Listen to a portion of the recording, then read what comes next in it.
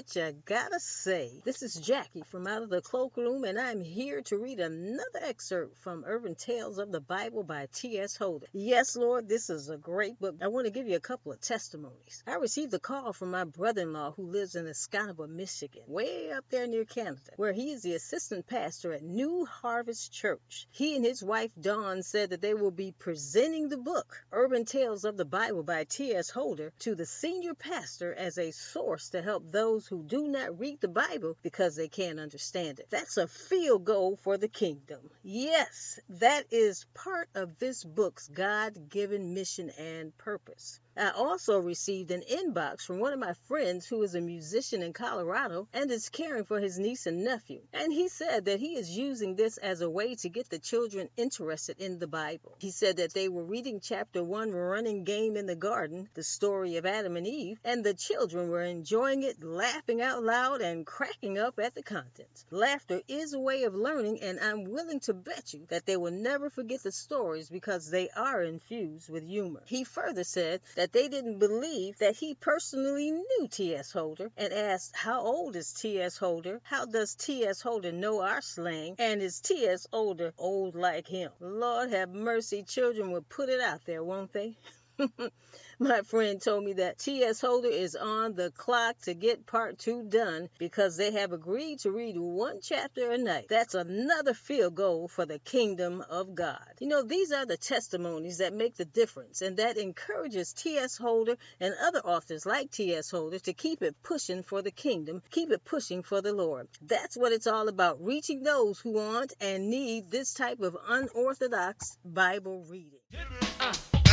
All right, now it's time for the excerpt, which is coming from Genesis 16, and T.S. Holder titles this chapter, The Wife and the Side Chick. This is the story of Abraham and Sarai. Sarai is unable to get pregnant, so here we go. Genesis 16, The Wife and the Side Chick from Urban Tales of the Bible by T.S. Holder. Back in the day, men wanted a son to leave their wealth to. Sarai, Abraham's wife, probably heard Abram murmuring in his sleep about not having a son. So Sarai thought that she would take matters into her own hands. Now, we all know that that's really a dangerous thing to do. Sarai had an Egyptian servant named Hagar and thought that Hagar should be a surrogate mother. So Sarai said to Abram, hey babe, no matter how hard we try to have a baby, it doesn't seem to be the Lord's will at this time. It's just not happening like we want it to.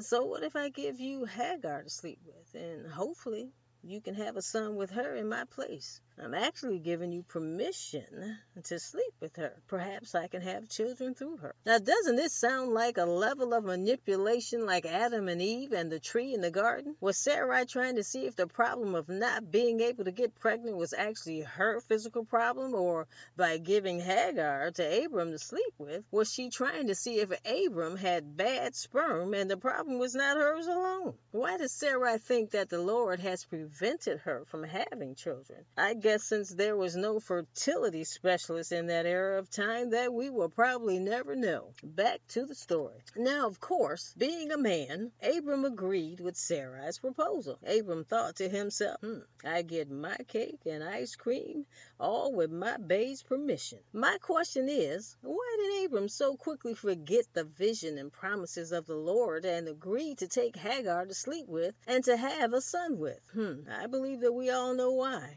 Sarai, Abram's wife, took Hagar, the Egyptian servant, and gave her to Abram as a wife. Not just to sleep with, but as a wife. All of this happened 10 years after Abram decided to live in the land of Canaan. You see, back in those days, when a man and a woman had sexual intercourse, that made them husband and wife. Now, if that were the rule today, it would be a total hot mess because everybody's sleeping with everybody, so everybody would be married to everybody. Now, Abram was a spiritual man, but he was still yet a man. And Abram had sexual relations with Hagar, and of course, as expected, she became pregnant. One thing that Sarai did not count on is that Hagar would no longer consider herself as a servant, especially since she just became Abram's wife with Sarai's permission, and more especially now that she is pregnant with Abram's child. So, child, when Hagar knew she was pregnant, pregnant, she began to treat Sarai like she was better than Sarai, and like Sarai was worthless because she couldn't get pregnant for Abram. Hagar thought in her mind that she was better than Sarai because she became pregnant for Abram right away, and 10 years into their marriage, Sarai still had not become pregnant. Hagar thought to herself, I slept with Abram one time, and I, the low servant, can give him what he wants. Sarai, girl, you need to go sit down somewhere with your broken punani. Then Sarai started acting like Eve and said to Abraham, this is all your fault. I gave you Hagar to sleep with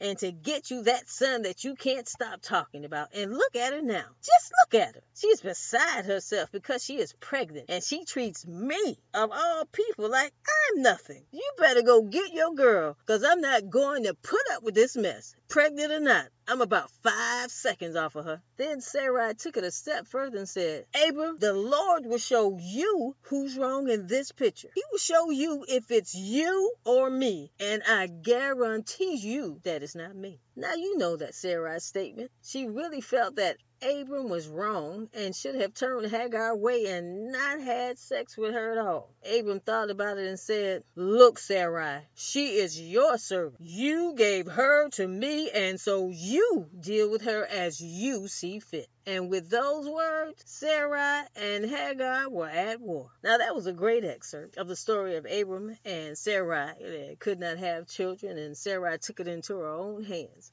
Now, I will finish this part of that chapter, but you'll have to come back to hear more. And another thing I'd like you to do for me is to go over there to Amazon.com and purchase either the paperback or the Kindle. Support T.S. Holder, this new upcoming Black author. Go on to Amazon.com and get the paperback or the Kindle edition. And you have a blessed day, an awesome new year, and you go on out there and be great for the kingdom. Hit